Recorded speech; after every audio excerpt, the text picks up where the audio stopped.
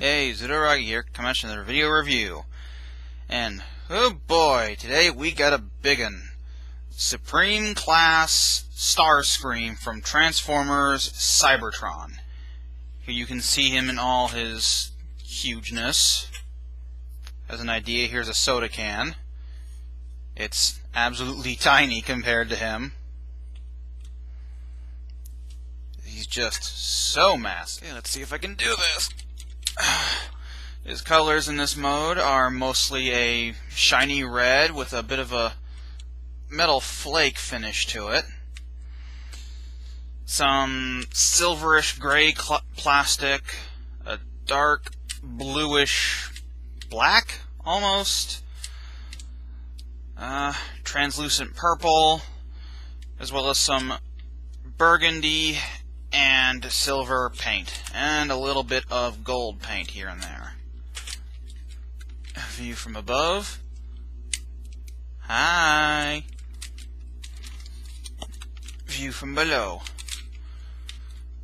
Oh, this boy's heavy. He rolls well. He's got two very big wheels. One here, one here, one here. Sadly, they don't fold up, but they do let him roll fairly well in this mode.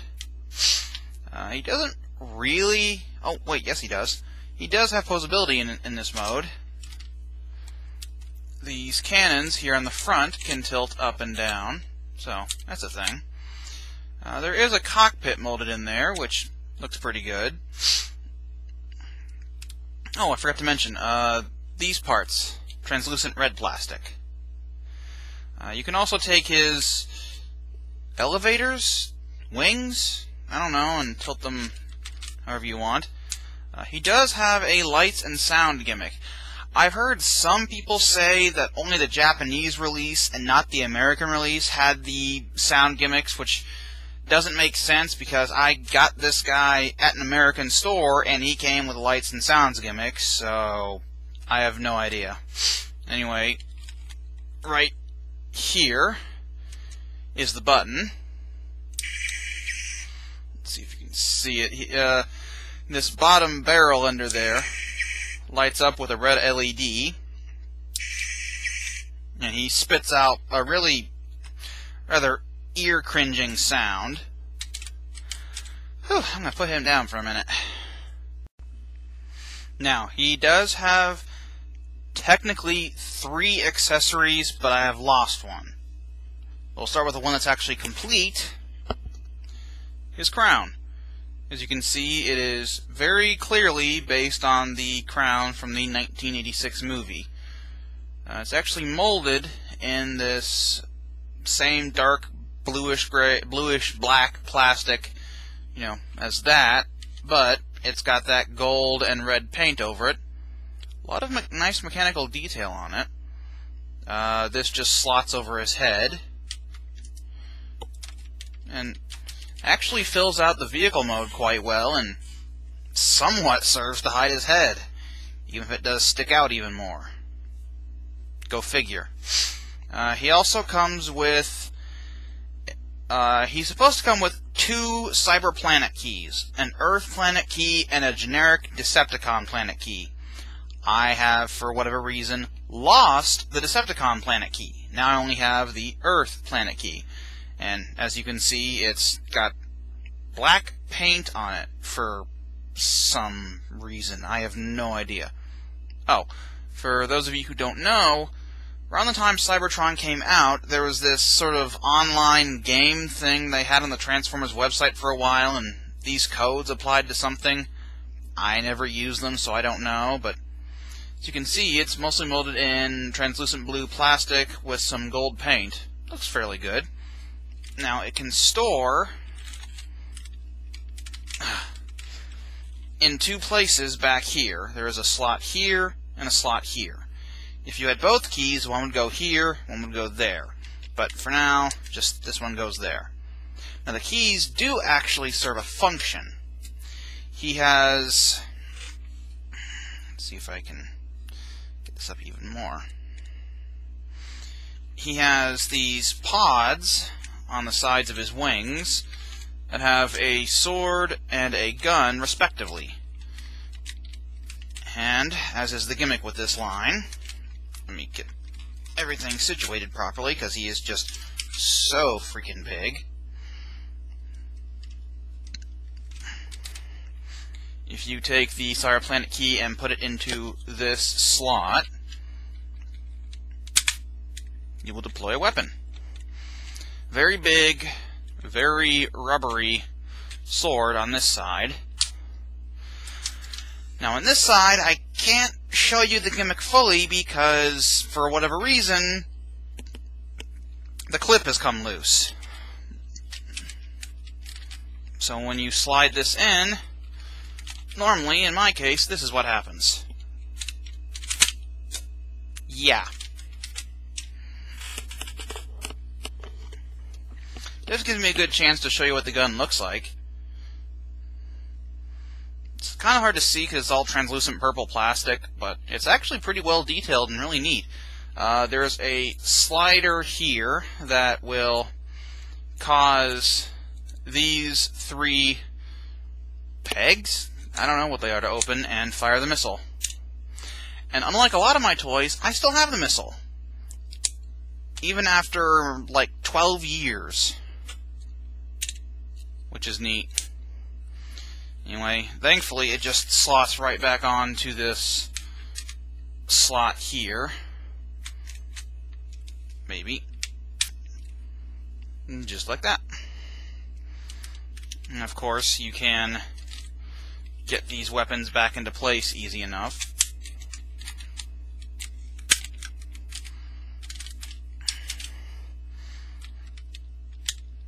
And there he is with both of the accessories stored. He is getting heavier as time goes on. Now for the next part, which I'm actually going to have to stand up to show you. If I can get all the crap out of the way. Transformation to robot mode. So, first thing you want to do is take these pods in the back, tilt them back like this. Take the nose cone, split it with these pegs, these 2 posts, just go into those ports there. Then there is a tab right about here that locks in under here. So just pull that under, get it out, and then just extend the whole thing out. Those are very, very loud ratchets. Just get all that folded out. Do the same thing on the other side. I have to turn this up even more. Come down here to the feet, bring them forward. Take this end of the nose cone, collapse it up, get his legs straight. Take his twinkle toes, fold out the heels. Fold up the nose cone into his feet.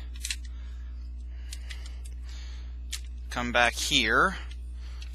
Bring out the arm and snap it into place. I'll bring these down. Then bring the arm down. And there is a very large post here. Goes into a clip there. Just like that. Bring the arms down like this. Bring all this down, lock it into place, split the tail wing, bring it down, and there you have Starscream in robot mode. Ugh. Okay, start things off before we move on to the colors. Here's his size.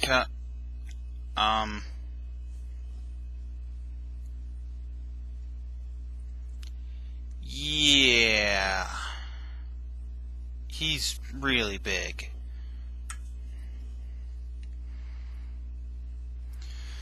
Right, now we move on to his colors.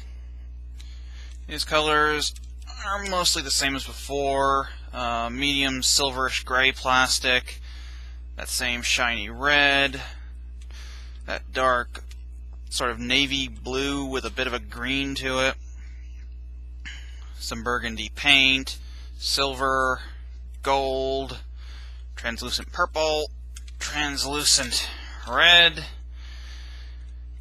and a sort of yellowed gray plastic on some of him, mostly the rubbery bits. Ugh. View from above. View from below. Now, as far as Poseability is concerned, it's from like 2005, 2006. Nothing superb. His head is on a swivel. I believe it can go all the way around. Yes, it can. You're not getting the up and down movement on that, though. Now, his arms sort of tie into the second gimmick, to the second part of the lights and sounds, but I'll get into that in a minute. His arms can only go out... Stop it! His arms can only go out one click, and even then, in robot mode, it's hard, if not impossible, for them to do that. They can go all the way around, but once you get them more than vertical, or I guess horizontal, the next sound comes on, and it's different for each arm, so...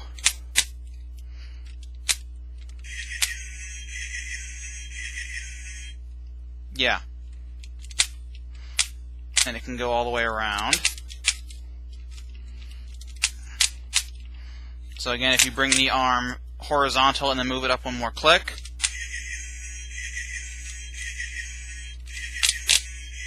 oh, and activates when you move it down too. As for the right arm, the sound is...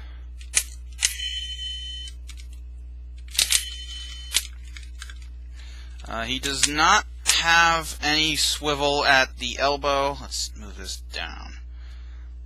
His arms, or his elbows, are on a bit of a soft ratchet, and they can go vertical. And they only have 2 clicks. One here, or no, 3 clicks. One here, and one there. His hands are just a block. Nothing at the waist. Legs can go forward that far, back that far. Thanks to the transformation, they can go all the way out to the side. He does have a swivel just above the knee that can go all the way around. Knees can bend all the way, which is very cool, especially for this era of toys. And then the feet can move up and down thanks to the transformation. Now they can actually move more than flat, if that serves any purpose for you. And of course, his nipple guns can still move up, because why the hell not?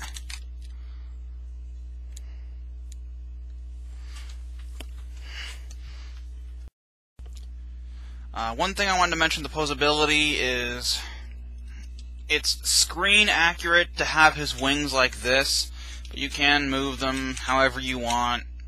As you saw in the opening slideshow, I had them folded back in robot mode, but after a little bit of research, turns out on screen they're folded out like that, so... well, yeah. Anyway, we are now back to the accessories. He still has the crown, which can still fit neatly on his head. And honestly, I just kind of like the way that looks more than, you know, his basic head.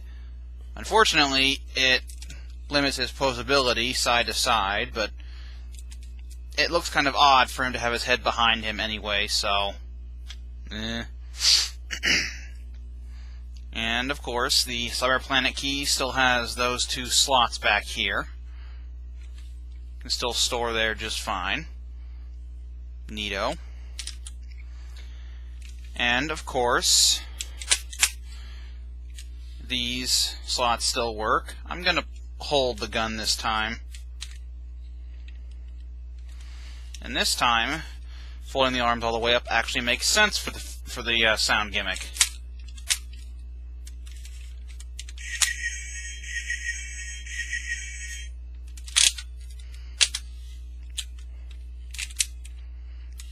And of course, there is the sword on this arm.